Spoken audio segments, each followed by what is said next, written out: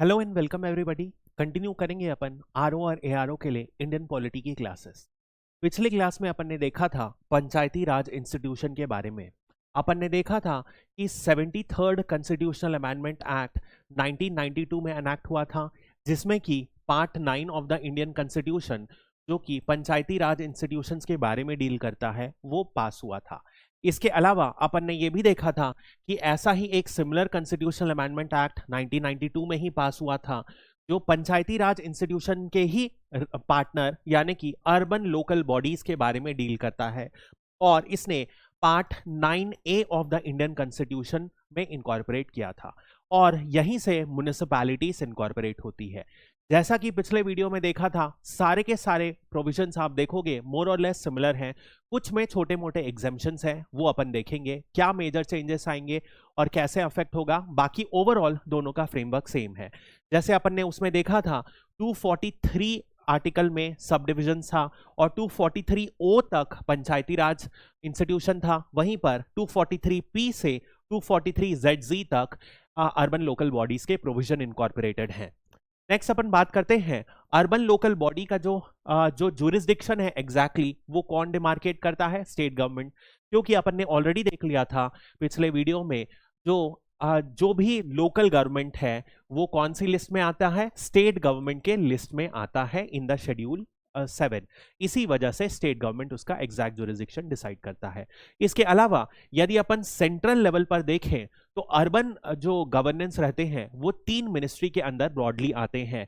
For example ministry of defence के अंदर आते हैं कैंटोनमेंट बोर्ड। कैंटोनमेंट बोर्ड मतलब जहां पे आर्म्ड फोर्सेस स्टेशन रहती है, और वो स्टेशन फोर्सेस जो रहते हैं उन्हीं में एक कमांडर रहता है, कुछ नॉमिनेटेड मेंबर्स रहते हैं जो आसपास के सिविल पॉपुलेशन के म्युनिसिपल एरिया को भी मैनेज करते हैं। Next ministry of housing and urban development. ये सारी की सारी जो म्युनिसिपल कॉर्पोरेशंस रहती हैं उनके अंदर सेंट्रल लेवल की रहती हैं, वो आती हैं। और ministry of home affairs rest को रेगुलेट करती है, particularly in terms of union territories. Next अपन बात करते हैं क्वेश्चन में, where and when was the first municipal corporation of India set up? तो जो भारत की पहली म्युनिसिपल कॉर्पोरेशन थी इंडिपेंडेंस के पहले ही 1688 में मद्रास में सेटअप की गई थी। अगेन किसने सेटअप की थी? तो जो सदर्न स्टेट्स थे वो ज्यादा प्रोग्रेसिव थे, इसी वजह से आप देखोगे यहां पर ज्यादा प्रोग्रेसिव रिफॉर्म्स लिए गए। उसके बाद में बॉम्बे और कोलकाता में 1726 में इंट्रोड्यूस किए गए थे। उसके बाद ये 2 टॉपिक है, याद कीजिए अपन ने लॉर्ड रिपन के बारे में पढ़ा था कि इन्होंने सबसे पहली बार डिसेंट्रलाइजेशन को एक अलग लेवल पर ले गया था। इसी वजह से हिस्ट्री में अपन ने पढ़ा था लॉर्ड रिपन को अपन father of local governance body के इंडिया के फादर कहते हैं, क्योंकि इन्होंने ही सबसे पहले डिसेंट्रलाइजेशन को मैंडेट किया था। नेक्स्ट अपन बात करते हैं मैच द फॉलोइंग। शेड्यूल्स को मैच करना है। ये प्रोविजन अपन ने ऑलरेडी पढ़ा हुआ है जब अपन कॉन्स्टिट्यूशन की स्टार्टिंग कर रहे थे। तो अपन ने पढ़ा था 1 से जो 8 शेड्यूल है वो भारत के ओरिजिनल कॉन्स्टिट्यूशन में एडेड था, और 9th से लेकर 12th से जो शेड्यूल है वो बाद में अमेंड करके इंट्रोड्यूस किया गया था। तो ये वही चारों हैं और उनको मैच द फॉलोइंग करना है। तो 9th शेड्यूल अपन ने कब देखा था? ये जवाहरलाल नेहरू के टेन्योर में ही 1951 में ऐड कर दिया गया था, जहां पर क्या किया था कि कुछ एक्ट्स को इन्होंने जुडिशियल रिव्यू से बाहर रखा था ताकि ये जमींदारी को अबॉलिशन के प्रोविजंस को इंप्लीमेंट कर सके। सो ये आएगा इम्यूनिटी फ्रॉम जुडिशियल रिव्यू। वहीं 11th और 12th अभी अपन ने देख लिया। 11th पंचायती राज इंस्टीट्यूशंस और 12th अर्बन लोकल बॉडीज के बारे में बात करता है। ये कब इंट्रोड्यूस किया गया था? देखा अपन ने 1992 में। और यदि 10th कॉन्स्टिट्यूशन बात करें तो वो डील करता है एंटी डिफेक्शन लॉ के बारे में। इसके बारे में अपन फ्यूचर वीडियोस में डेप्थ में पढ़ेंगे। पूरा का पूरा 10th शेड्यूल इनकॉर्पोरेट किया गया था, क्योंकि 1970s और 80s में डिफेक्शन एक कॉमन प्रॉब्लम हो गई थी जो पॉलिटिकल इंस्टेबिलिटी कॉज कर रहा था, इसी वजह से इसे इनकॉर्पोरेट किया गया था। तो नेक्स्ट अपन बात करते हैं 3 तरीके की म्युनिसिपैलिटीज होती है। याद करिए जब अपन ने पंचायती राज इंस्टीट्यूशन पढ़ा था तो पंचायती राज इंस्टीट्यूशंस 3 तरीके के थे। सबसे पहला था जो डिस्ट्रिक्ट लेवल पर हो एट द टॉप, और सबसे लोअर यदि अपन बात करें तो विलेज लेवल पर हो, और इन दोनों के बीच में अपन ने एक इंटरमीडिएट टाइप का भी डिफाइन किया था। और ये प्रोविजन को मैक्सिमम इंप्लीमेंट किया जाएगा। अपन ने देखा था एक एग्जम्पशन अपन ने देखा था, यदि किसी स्टेट की पॉपुलेशन 2 मिलियन से भी कम हो तो इंटरमीडिएट वाले को कैंसिल किया जा सकता है।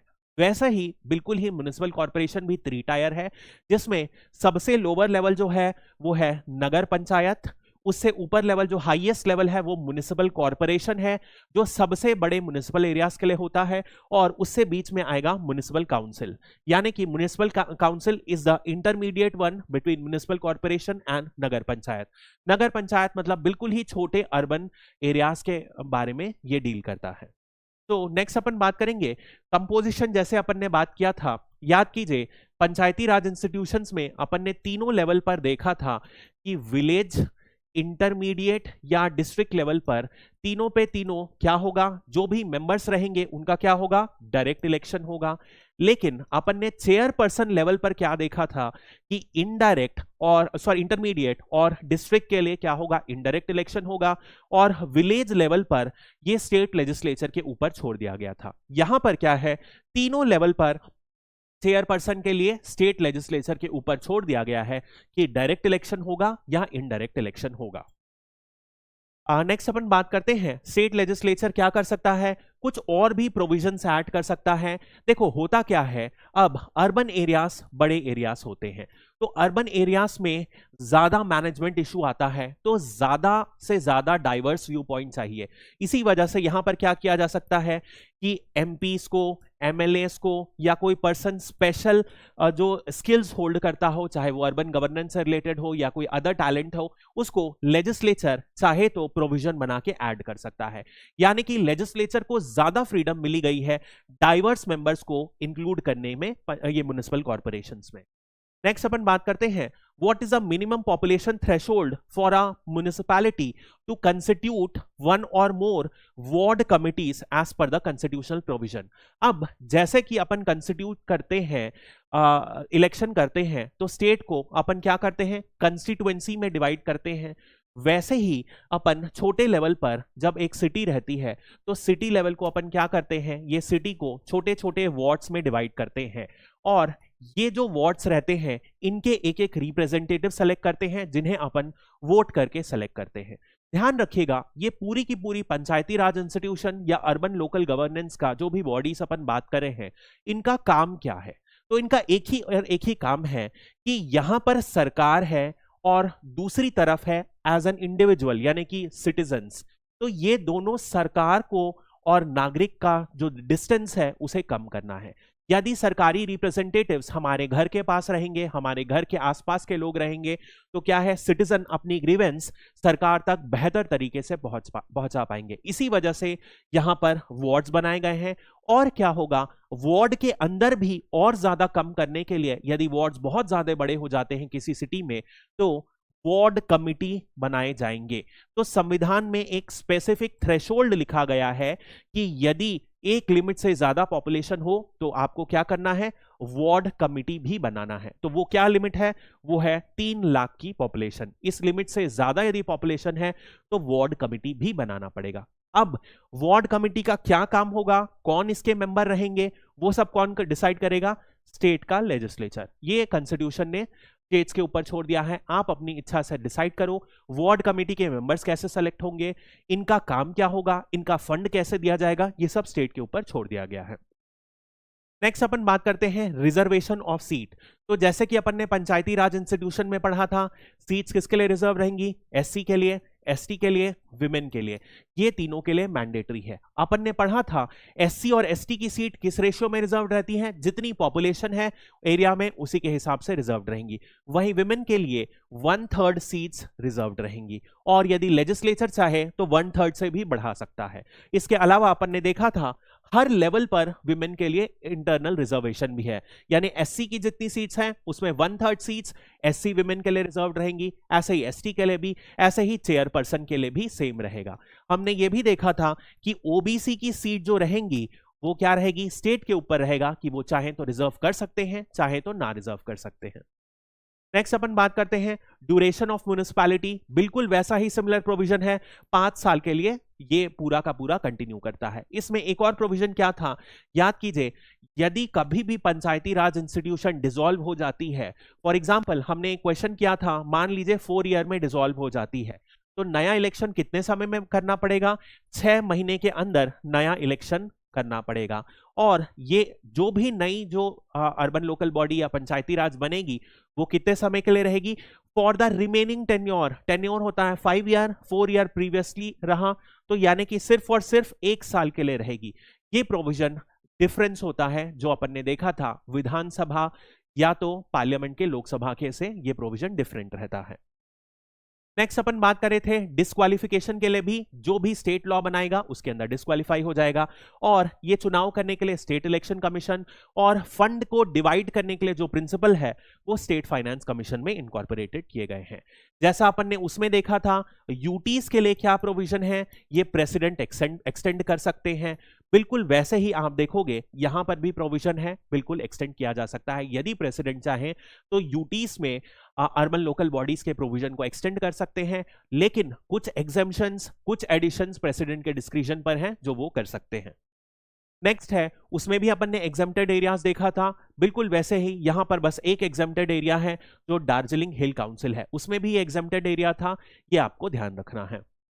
नेक्स्ट अपन बात करते हैं under which article of the Indian constitution is the district planning committee constituted.